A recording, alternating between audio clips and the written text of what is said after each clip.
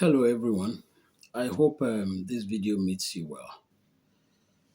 Right. Today I just want to, encourage us again or encourage you on the last things I said on my video. And that is just to say we've got to liberate ourselves. There's nobody else that is going to take us out of where we are. You see, there's always two problems that happens in a country that is not working. It's either the leadership, those that are leading, or the followership. If the ones that are leading wrongly and doing the wrong things, it is up to the followership to decide whether those leaders remain there or they don't. But unfortunately, in Nigeria, we've got we've got this culture of allowing our leaders to do whatever they want, get away with impunity, years after years after years, and nobody does anything. The followership never does anything. And any one time we decide to do one thing is to have one or two people stood up and another 50, risk their life and go with them. And like I said in my past videos, that is what the Nigerian government wants, and they will stamp on you. Going forward, like I said, we just need to make sure that we have a plan and that plan works. I have said the first thing that needs to happen to get Nigeria back to where it needs to be, and that is us going back to the regional system that worked for Nigeria for a long time before the intervention of the militaries in 1966. So that is the one channel we need to go back into. But the problem with that is most people will ask, how do we go back in there? The leaders that you currently have today, they don't want to hear anything about restructuring. They don't want to hear anything about going back to where we were before. Why? Because they benefit immensely from it. So the leaders that are supposed to make the changes, they will not. So what happens then? If you remember what I always said, he who benefits from a rotten system is never the one to make the changes. It is the victim of that rotten system that needs to stand up, be counted, and force the hand of the oppressors to make that change. But in Nigeria, we find it difficult to come together, agree, unite, and chase that cause in our numbers. Because for as long as you continue going in your 10s, in your 20s, and in your 50s to go and confront a government who does not want to hear anything about restructure or revolution or this or that, believe you me, all you're just going to get is to blame yourself at the end of the day. But if we rise up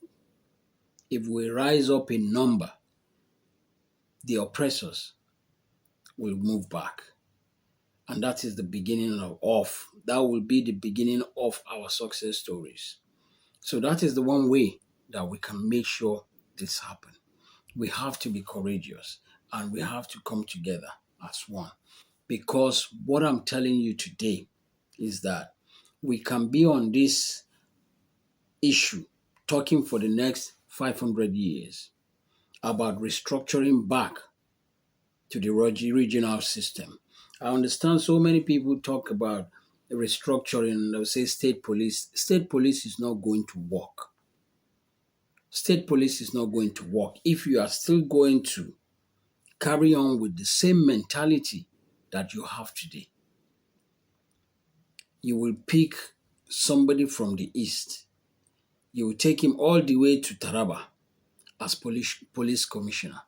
You will pick somebody from Kano, bring him to Enugu as police commissioner. I'm going to take you through a quick story.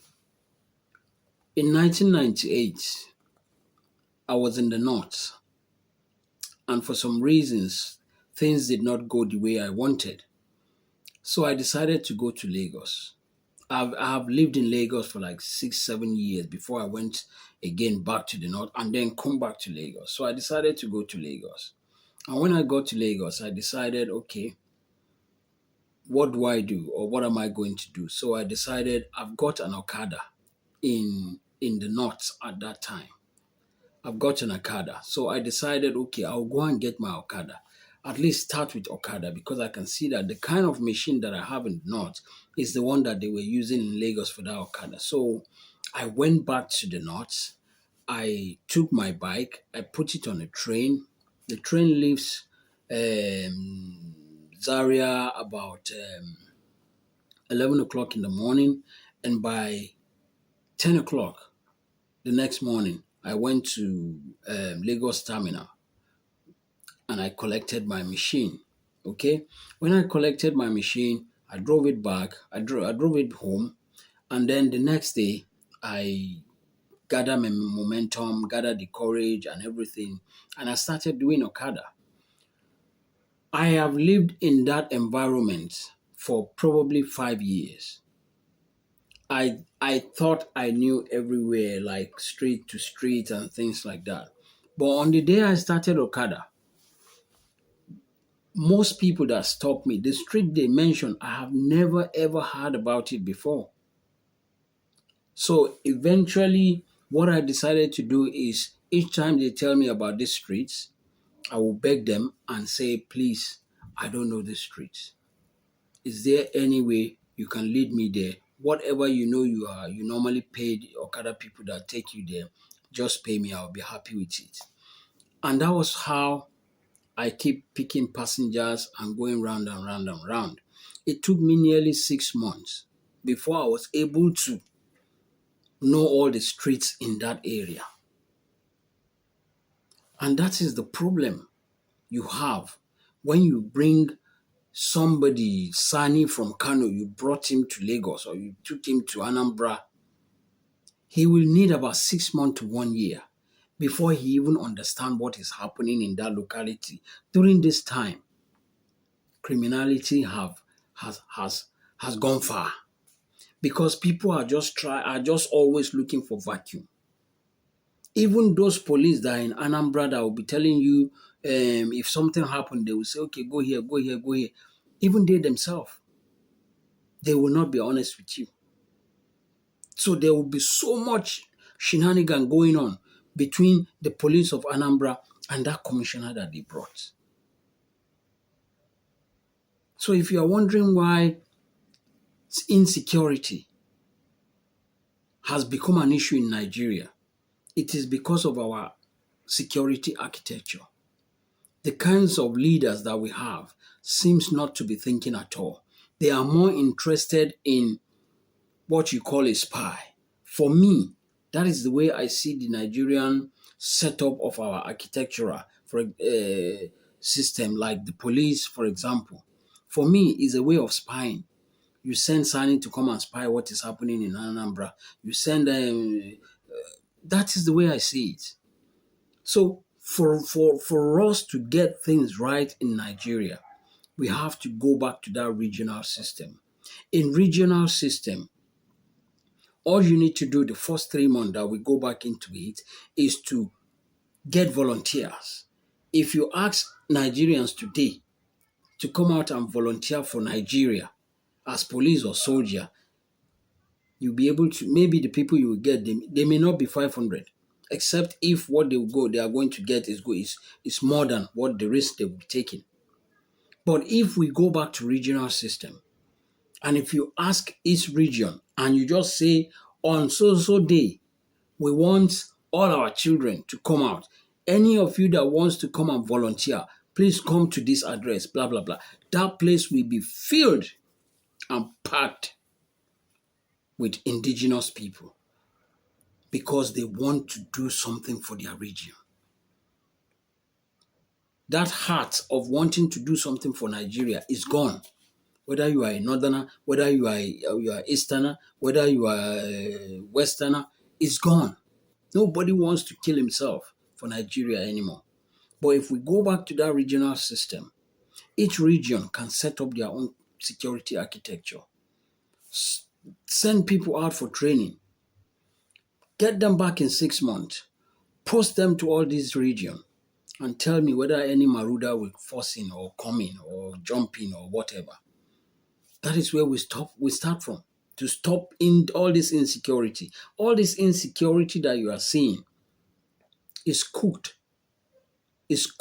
by ourselves. But if we have regional system, every region will make sure nobody trespasses into their territory without authority. And that is where we start from. That is where we start from. So it is very, very simple for us to do the right thing. But before I digress, I'll take you back again. You want to be among those people. You are one of those people. One of the primary responsibility of Nigerian government particularly is to protect life and properties and the welfare of the Nigerian people. And what do we mean by securing lives and property? Vulnerable women and children, take them away and then ask for ransom. Those are the kind of insecurity we are talking about. The leaders have been able to provide security for themselves, and they've been able to, provide security for their properties and provide welfare for themselves and their families, but not the Nigerian people. So if the responsibility of any good governance is to protect lives and property and the welfare of the Nigerian people, that means our leaders have failed. And you, as the Nigerian person, why are you still watching? And this brings me to that two options. One, we need to go back, restructure back to the regional system. It's not working. The northerner doesn't like the easterner. The easterner doesn't like the westerner. Let's stop deceiving each other. That is the fact. The ones that love each other or pretend to love each other is when they are at the Senate or when they are at the council meeting. Those are the only ones they pretend to love each other. Why? Because after every meeting, there's a certain amount of money that goes with them. They've got salary, they've got huge amount of salary, they've got huge amount of security, they've got everything. Is that the same for the Nigerian people? No. So it's not going to work. We need to stop deceiving ourselves. So that's about the regional system. And like I said, until something happens, something will not give. The current government that we are having now is benefiting our leaders. And that is why they will never, ever change it.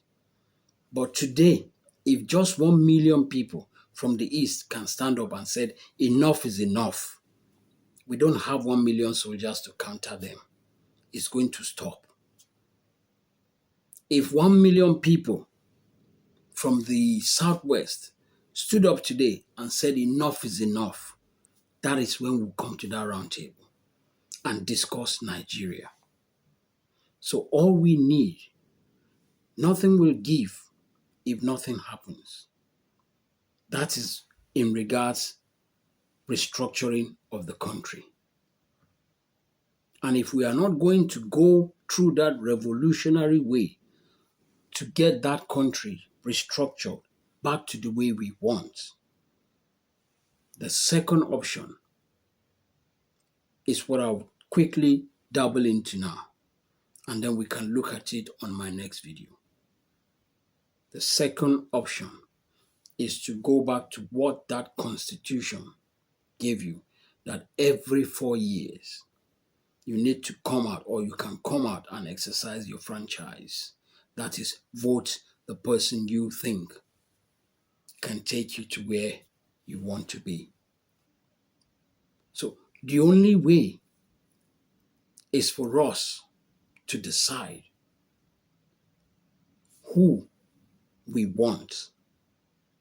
And the person that we are going to need has to be someone that is going to take us to that restructuring back to the regional system. Because that is the only thing that can let every single region harness its potential to the highest. If we get a leader in today that want to continue with this same one Nigeria. If we are supposed to have 100% growth under regions, we will just be having 20% growth. And we will all think that, oh, this person is doing better. So we need a leader who is going to be someone that understands that Nigeria, the unity of Nigeria is not working. The tribes are not working together. It has not worked and it will not work now. So that leader understands that, and that leader takes us. That's the leader we are going to pull out, because he's going to understand that this one Nigeria is not working. The constitution under which the one Nigeria has been operated is so screwed up. It's so one-sided, and that needs to change. So once we have that leader inside those slaves or within the suffering Nigerian people who understands that the only reason why I'm going to be the president of Nigeria is, number one, to restructure the whole country back into regions and let every region grow at its own pace. That is one. And secondly, that constitution needs to be jettisoned and a brand new constitution written with all Nigerians sat at the round table to discuss what they really want.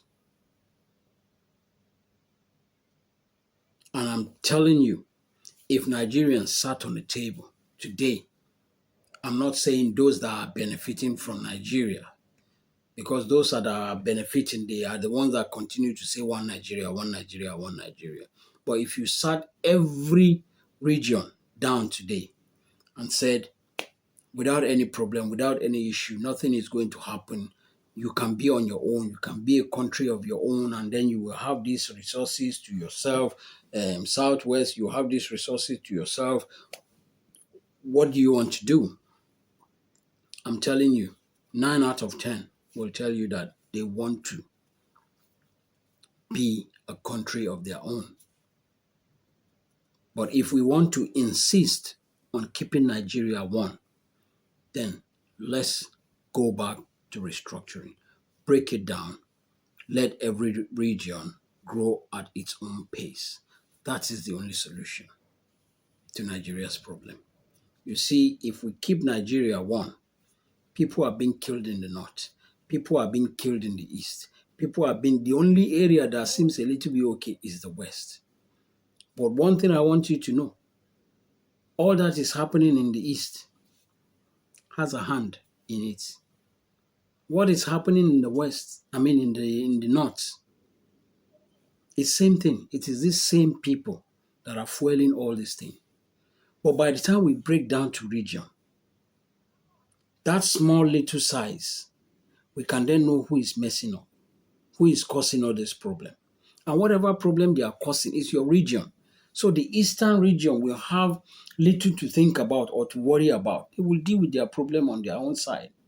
The same thing, the western region will have their own little. The northern region, whether you want to break it to northeast, northwest, northwest, central, it doesn't matter. Break it to whatever you want to break it to and start fishing out the bad stuff that is happening.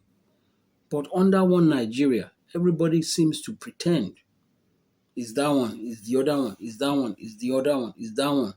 And that is why we are where we are. Break it down. It's as simple as that. Break it down. Nigeria is too big, especially for the kind of incompetent leaders that we have today. Break it down to regions. Go back to restructuring. It worked for us in 1951 to 1966. It can still work perfectly, because what should have happened after the military era in 1999 is for all Nigerians to have a sit down at a round table and discuss how they want to move forward with their country. That is what should have happened. But because of the corner where they want to, they decided to just write one constitution, throw it on the table like they just threw the national anthem on the table for us. We don't have anything to do. It's not going to work. Tinubu is there today. He pack his family there. When he leaves, Mala, waiting be name. If an Hausa man comes in again, he will sack all the Tinubu and bring his own people. When an Igbo man enter, he will sack all the Hausa people. Is that not madness? Is that not madness? And it baffles me how our leaders never have this thinking cap in their head. But it doesn't really baffle me, does it? Because they benefit from it. And remember, he who benefits never makes the changes.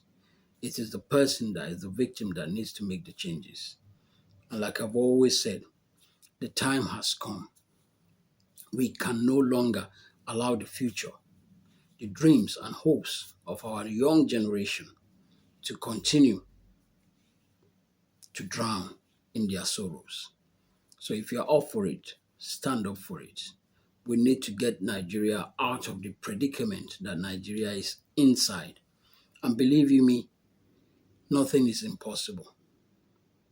It might look daunting, but it is very, very possible. I'll see you on my next video. Thank you very much.